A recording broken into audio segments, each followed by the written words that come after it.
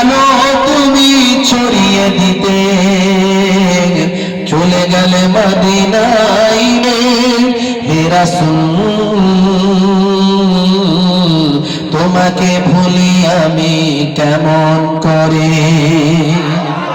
জোরে হবে না? হবে না? খেনা খেয়ে প্রচারের কাজে নিজেকে দিয়েছ বিলিয়ে, তায়েফের কাফেরেরা চিনল না আলো, দুষ্ট ছেলেদের পিছু দিল লেলিয়ে।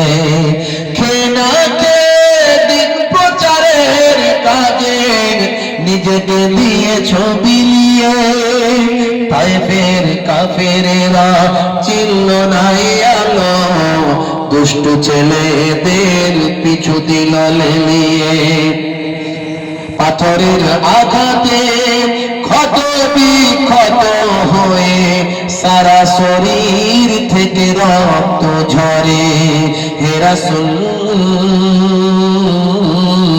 তোমাকে ভুলি আমি কেমন করে। জোরে হবে না? আর জোরে হবে না? হেরার গুহায় তোমারই ধ্যান, আসমান থেকে নামে আল কোরআন। হেরার গুহায় তোমারই ধ্যান, আসমান থেকে নামে আল কোরআন। ভাঙলো সবার ভুল তোমারই পরে, আসলো কোরআনের ছায়া তলে। খালিদ ওমর আলী আবু বকর ইসলামী ঝান্ডা নিল যে তুলে। খালিদ ওমর আলী আবু বকর ইসলামী ঝান্ডা নিল যে তুলে। আল আমিন তুমি ছিলে যে সদা সকল মানুষের তরে, হে রাসূল তোমাকে ভুলি আমি কেমন করে। জোরে হবে না? জোরে হবে না? হে রাসূল তোমাকে ভুলি আমি কেমন করে। হাজারো ব্যথা বেদনার পরে ফিরে আসুনি তুমি আপন ঘরে, দিনের আলো তুমি ছড়িয়ে দিতে, চলে গেলে মদিনায় মক্কা ছেড়ে। হে রাসূল তোমাকে ভুলি আমি কেমন করে। ভাইরা আমার, কত কষ্টের নবীর দিন, নবীর ইসলাম, নবীর প্রদত্ত দিন আমাদের কাছে এসেছে।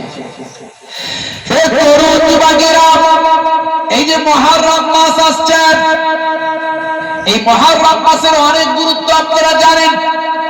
মুহররম মাসের আশুরার দিন, ওই দিনেতে ফেরাউনের কবল থেকে হযরতে মুসা নবী নিষ্কৃতি পেয়েছিলেন।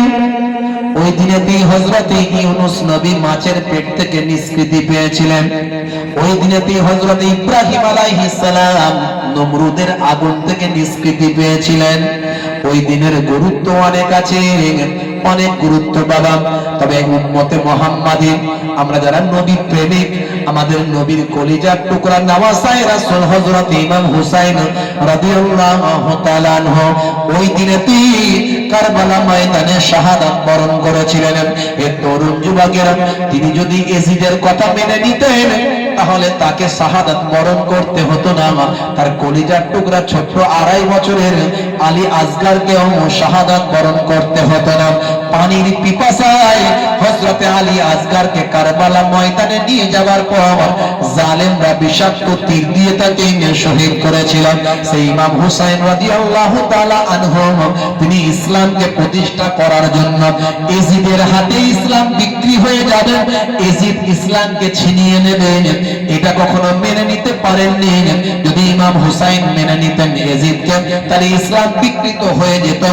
আল্লাহর নবী নানা জানের দেওয়াই ইসলাম প্রতিষ্ঠা করা, ইসলাম ধ্বংস হয়ে যেত।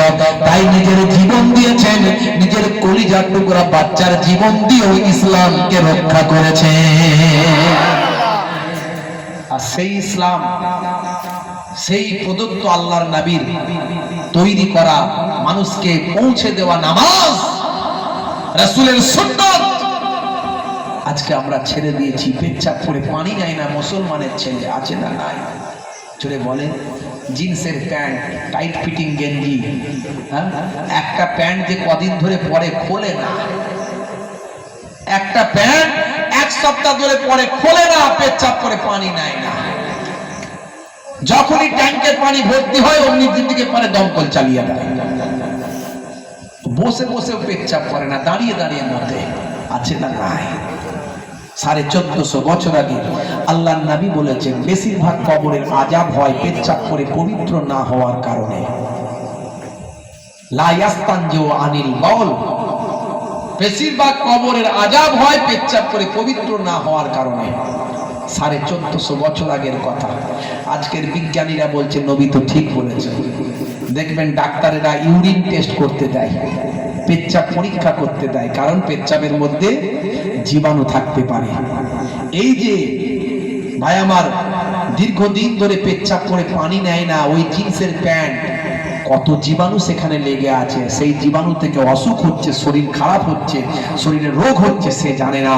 1450 বছর আগে আল্লাহর নবী বলেছেন পেচ্ছাপ করে পবিত্র হতে। আজকের বিজ্ঞান, সায়েন্স, স্বাস্থ্য বিশেষজ্ঞরা বলছেন নবী ঠিক বলেছে। জোরে হবে না? আরে জোরে হবে না? আল্লাহর নবী বলেন বসে পেচ্ছাপ করো, বসে পেচ্ছাপ করতে হবে, বসে। হে তরুণ যুবকেরা, স্বাস্থ্য বিশেষজ্ঞরা বলছেন নবী ঠিক বলেছেন। বসে পেচ্ছাপ করলে সারা শরীরের প্রেসার পড়ে ইউরিনাল ড্রামে, পেচ্ছাপের থলিতে।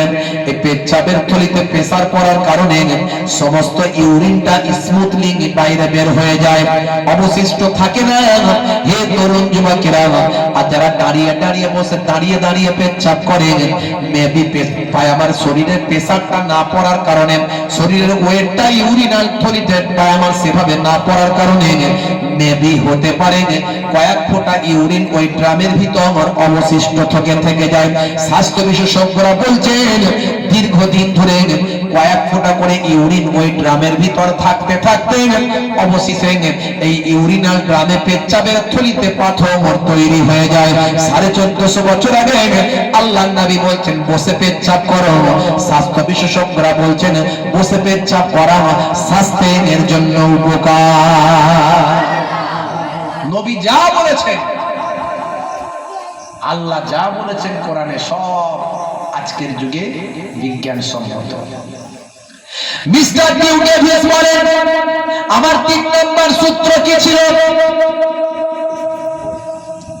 ওই পুস্তক যখন এসেছে, ওই কিতাব বাণী যখন এসেছে, এমন কিছু তথ্য ওই কিতাবের ভিতরে থাকবে তখনকার মানুষের সেই তথ্য জানা সম্ভব নয়, কারণ সেটা মহান স্রষ্টার বাণী।